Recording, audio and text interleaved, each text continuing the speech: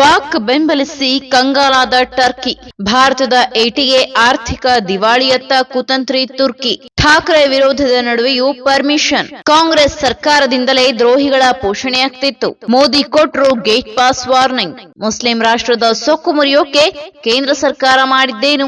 ನಾನು 86 kg ಇದ್ದವಳು 71 kg ಬಂದಿದ್ದೇನೆ. ವಯಸ್ಸಾದ್ಮೇಲೆ smart ಆಗಿ ಕಾಣ್ತೀರಾ ಅಂದ್ರೆ ಜಿನ್ನಿ. 126 kg ವೇಟ್ ಇದ್ದು ನಾವು ಈಗ 114 kg ಲೆಕ್ಕ ಬಂದಿದ್ದೀವಿ. ಯಾವುದೇ ಸೈಡ್ ಎಫೆಕ್ಟ್ ಆಗಿಲ್ಲ. 84ರಿಂದ 50 kg ಬಂದೆ. ಆಮೇಲೆ ಸಣ್ಣಗೆ ಫಿಟ್ ಆಗಿದ್ದೀನಿ. ಅದಕ್ಕೆ ನಾನು ಯೂಸ್ ಮಾಡ್ತಾ ಇರೋದು ಜೀನಿ ಸ್ಲಿಮ್. ಭಾರತವನ್ನ ಕೆಣಕುವ ದುಸ್ಸಾಹಸ ಮಾಡಿ ಭಾರತೀಯ ಸೇನೆಯಿಂದ ಗುಮ್ಮಿಸಿಕೊಂಡ ರಣಹೇಡಿ ಪಾಕಿಸ್ತಾನಕ್ಕೆ ಟರ್ಕಿ ಬೆಂಬಲ ನೀಡಿತ್ತು. ಆಪರೇಷನ್ ಸಿಂಧೂರ್ ಬಳಿಕ ಭಾರತದ ಮೇಲೆ ದಾಳಿಯ ವಿಫಲ ಯತ್ನ ನಡೆಸಿದ್ದ ಪಾಪಿಗಳಿಗೆ ಟರ್ಕಿ ನೆರವಾಗಿತ್ತು.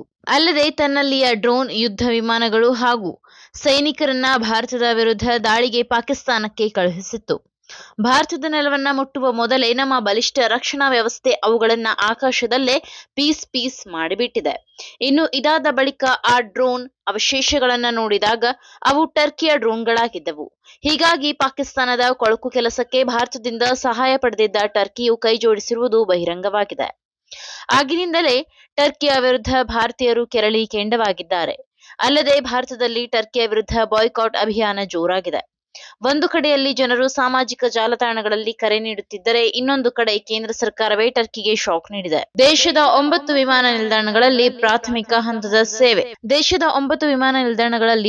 ಹಂತದ ಸೇವೆಗಳನ್ನು ನೀಡುತ್ತಿದ್ದ ಟರ್ಕಿಯ ಸೆಲೆಬಿ ಏವಿಯೇಷನ್ ಕಂಪನಿಗೆ ನೀಡಲಾಗಿದ್ದ ಸೇವಾ ಲೈಸೆನ್ಸ್ಗಳನ್ನು ಭಾರತೀಯ ನಾಗರಿಕ ವಿಮಾನಯಾನ ಸುರಕ್ಷಾ ಬ್ಯೂರೋ ಬಿಸಿಸಿಎಸ್ ರದ್ದು ಮಾಡಿದೆ. ರಾಷ್ಟ್ರೀಯ ಭದ್ರತಾ ಕಾಳಜಿಯಿಂದ ಈ ನಿರ್ಧಾರ ಕೈಗೊಳ್ಳಲಾಗಿದೆ ಎಂದು ಆದೇಶದಲ್ಲಿ ತಿಳಿಸಿದೆ. ಈ ಮೂಲಕ ಭಾರತದ ಉಪಕಾರಕ್ಕೆ ಅಪಕಾರವೆಸಗಿರುವ ಟರ್ಕಿಯ ವಿರುದ್ಧ ಭಾರತ ದೊಡ್ಡ ನಿರ್ಧಾರವನ್ನ ತೆಗೆದುಕೊಂಡಿದೆ. 2 ಪ್ರತ್ಯೇಕ ಘಟಕಗಳನ್ನು ಹೊಂದಿರುವ ಸೆಲೆಬಿ ಬೆಂಗಳೂರು, ಮುಂಬೈ, ದೆಹಲಿ, ಹೈದರಾಬಾದ್, ಕೊಚ್ಚಿನ್, ಕಣ್ಣೂರು, ಚೆನ್ನೈ, ಗೋವಾದಲ್ಲಿ ಈ ಕಂಪನಿ ಪ್ರಾಥಮಿಕ ಸೇವೆ ನೀಡುತ್ತಿದ್ದು, ಸದ್ಯವೇ ವಿಶಾಖಪಟ್ಟಣಂ ವಿಮಾನ ನಿಲ್ದಾಣದಲ್ಲಿ ಪ್ರಾಥಮಿಕ ಸೇವೆಗಳನ್ನು ನೀಡುವ ಗುತ್ತಿಗೆಯನ್ನ ಆ ಕಂಪನಿ ಪಡೆಯಲು ಕಸರತ್ತು ನಡೆಸಿತ್ತು.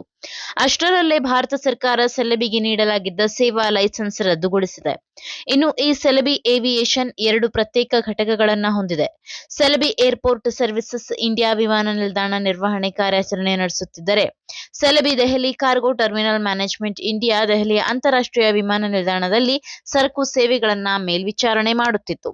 ಈ ಸೆಲೆಬಿಯು ಕಳೆದ 2008ರಲ್ಲಿ ಮುಂಬೈ ಅಂತಾರಾಷ್ಟ್ರೀಯ ವಿಮಾನ ನಿಲ್ದಾಣದಲ್ಲಿ ಜಂಟಿ ಉದ್ಯಮದ ಮೂಲಕ ಭಾರತವನ್ನ ಪ್ರವೇಶಿಸಿತ್ತು. ಸೆಲೆಬಿ ಕಂಪನಿಗೆ ಕೆಲಸ ನಿರ್ವಹಿಸಲು ಯುಪಿಎ ಸರ್ಕಾರ ಅನುಮತಿ ನೀಡಿತ್ತು. ಯುಪಿಎ ಸರ್ಕಾರದ ನಡೆಯನ್ನ ಖಂಡಿಸಿದ್ದ ಠಾಕ್ರೆ, ಅಲ್ಲದೆ ಪ್ರಮುಖವಾಗಿ ಮುಂಬೈನಲ್ಲಿ ಭಯೋತ್ಪಾದಕರ ದಾಳಿಯಾದ ಬಳಿಕ ಬಾಳಾಸಾಹೇಬ್ ಠಾಕ್ರೆ ನೇತೃತ್ವದಲ್ಲಿ ಶಿವಸೇನೆಗೆ ಸಂಯೋಜಿತವಾಗಿರುವ ಅನೇಕ ವಾಯುಯಾನ ಕಾರ್ಮಿಕ ಸಂಘಗಳು ಭಾರತದಾದ್ಯಂತ ವಿಮಾನ ನಿಲ್ದಾಣಗಳಲ್ಲಿ ಸೆಲೆಬಿಗೆ ಅನುಮತಿ ನೀಡಿದ್ದನ್ನ ಭಾರಿ ವಿರೋಧಿಸಿದ್ದವು. ಆದರೂ ಈ ಅನುಮತಿ ಹಾಗೆ ಮುಂದುವರೆದಿತ್ತು. ಮುಂಬೈ ವಿಮಾನ ನಿಲ್ದಾಣದ ನೆಲದ ಕಾರ್ಯಾಚರಣೆಗಳಲ್ಲಿ ಸುಮಾರು 70% ಸೆಲೆಬಿ ಕಂಪನಿ ನಿರ್ವಹಿಸುತ್ತದೆ. ಇದರಲ್ಲಿ ಪ್ರಯಾಣಿಕರ ಸೇವೆ, ಹೊರೆ ನಿಯಂತ್ರಣ, ವಿಮಾನ ಕಾರ್ಯಾಚರಣೆಗಳು, ಸರಕು ಮತ್ತು ಅಂಚೆ ಸೇವೆ, ಗೋದಾಮು ಮತ್ತು ಸೇತುವೆ ಕಾರ್ಯಾಚರಣೆಗಳು ಸೇರಿದೆ. Celebi airport services India private ಲಿಮಿಟೆಡ್ಗೆ ಗ್ರೌಂಡ್ ಹ್ಯಾಂಡ್ಲಿಂಗ್ ಏಜೆನ್ಸಿಯಾಗಿ ಡಿಜಿಬಿಎಸ್ಎಎಸ್ ಅವರು 2022ರ ನವೆಂಬರ್ 21ರಂದು ಭದ್ರತಾ ಅನುಮತಿಯನ್ನ ನೀಡಿದ್ದಾರೆ ಎಂದು ಸರ್ಕಾರಿ ಆದೇಶದಲ್ಲಿ ತಿಳಿಸಲಾಗಿದೆ. ಆದರೆ ಈಗ ಡಿಜಿಬಿಸಿಎಎಸ್ ಅವರಿಗೆ ಇರುವ ಅಧಿಕಾರವನ್ನ ಬಳಸಿಕೊಂಡು ಸೆಲೆಬಿ ಏರ್ಪೋರ್ಟ್ ಸರ್ವಿಸಸ್ ಇಂಡಿಯಾ ಪ್ರೈವೇಟ್ ಲಿಮಿಟೆಡ್ನ ಭದ್ರತಾ ಅನುಮತಿಯನ್ನ ತಕ್ಷಣದಿಂದ ಜಾರಿಗೆ ತರುವಂತೆ ರದ್ದುಗೊಳಿಸಲಾಗಿದೆ. ದೇಶದ ಭದ್ರತೆಯನ್ನ ಗಮನದಲ್ಲಿಟ್ಟುಕೊಂಡು ಈ ನಿರ್ಧಾರ ತೆಗೆದುಕೊಳ್ಳಲಾಗಿದೆ. ಭದ್ರತೆಯ ದೃಷ್ಟಿಯಿಂದ ಕೇಂದ್ರದ ನಿರ್ಧಾರ ಸ್ವಾಗತಾರ್ಹ. ಸೆಲೆಬಿ ಏವಿಯೇಷನ್ ದೇಶದ 9 ವಿಮಾನ ನಿಲ್ದಾಣಗಳಲ್ಲಿ ಭದ್ರತೆಯನ್ನ ನೋಡಿಕೊಳ್ಳುತ್ತದೆ. ಇವುಗಳಲ್ಲಿ ದೆಹಲಿ, ಮುಂಬೈ ಮತ್ತು ಚೆನ್ನೈನಂತಹ ಪ್ರಮುಖ ವಿಮಾನ ನಿಲ್ದಾಣಗಳು ಸಹ ಸೇರಿದೆ. ಈ ಕಂಪನಿಯು ಭಾರತದಲ್ಲಿ ವಾರ್ಷಿಕವಾಗಿ 58,000 ವಿಮಾನಗಳನ್ನ ನಿರ್ವಹಿಸುತ್ತದೆ. ಈ ಟರ್ಕಿಶ್ ಕಂಪನಿಯು ಭಾರತದಲ್ಲಿ ಹಲವು ರೀತಿಯ ಕೆಲಸಗಳನ್ನ ಮಾಡುತ್ತದೆ. ಇವುಗಳಲ್ಲಿ ನೆಲದ ನಿರ್ವಹಣೆ, ಸರಕು ನಿರ್ವಹಣೆ ಮತ್ತು ಇತರ ಹಲವು ವಿಮಾನ ನಿಲ್ದಾಣ ಸಂಬಂಧಿತ ಕಾರ್ಯಾಚರಣೆಗಳು ಸೇರಿದೆ. ವಿಮಾನ ನಿಲ್ದಾಣದ ಪರಿಸರವು ತುಂಬಾ ಸುರಕ್ಷಿತ ಮತ್ತು ನಿಯಮಗಳಿಗೆ ಬದ್ಧವಾಗಿರುವುದರಿಂದ ಈ ಎಲ್ಲ ಕೆಲಸಗಳನ್ನ ಬಹಳ ಸೂಕ್ಷ್ಮವೆಂದು ಪರಿಗಣಿಸಲಾಗುತ್ತದೆ.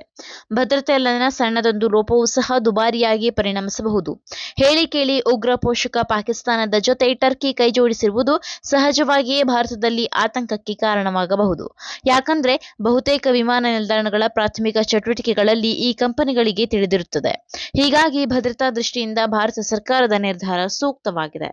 ಈ ಮಾಹಿತಿ ನಿಮಗೆ ಇಷ್ಟವಾಗಿದ್ದಲ್ಲಿ ಈ ಬಗ್ಗೆ ಕಮೆಂಟ್ ಮಾಡಿ, ವಿಡಿಯೋನ ಲೈಕ್ ಮಾಡಿ, ಶೇರ್ ಮಾಡಿ. ನಮ್ಮ ಚಾನೆಲ್ನ ಸಬ್ಸ್ಕ್ರೈಬ್ ಮಾಡದಿದ್ದರೆ ಬೇಗ ಸಬ್ಸ್ಕ್ರೈಬ್ ಮಾಡಿ. ಧನ್ಯವಾದ. ನಾನು 86 kg ಇದ್ದವಳು 71 kg ಬಂದಿದ್ದೀನಿ. ವಯಸ್ಸಾದ್ಮೇಲೆ ಸ್ಮಾರ್ಟ್ ಆಗಿ ಕಾಣ್ತೀರಾ ಅಂದ್ರೆ ಜಿನ್ನಿ. 126 kg ವೇಟ್ ಇದ್ದು ನಾವು ಈಗ 114 kg ಲೆಕ್ಕ ಬಂದಿದ್ದೀವಿ. ಯಾವುದೇ ಸೈಡ್ ಎಫೆಕ್ಟ್ ಆಗಿಲ್ಲ ನಮಗೆ. 84ರಿಂದ 50 kg ಬಂದೆ, ಆಮೇಲೂ ಸಣ್ಣಗೆ ಫಿಟ್ ಆಗಿದ್ದೀನಿ. ಅದಕ್ಕೆ ನಾನು ಯೂಸ್ ಮಾಡ್ತಾ ಇರೋದು ಜೀನಿ ಸ್ಲಿಮ್. ಬೆಂಗಳೂರಿನ ಬೆಸ್ಟ್ ನೀಟ್ ಕೋಚಿಂಗ್ ಅಕಾಡೆಮಿ ಅಂದ್ರೆ ಎಕ್ಸಲೆನ್ಸ್ ನೀಟ್ ಅಕಾಡೆಮಿ.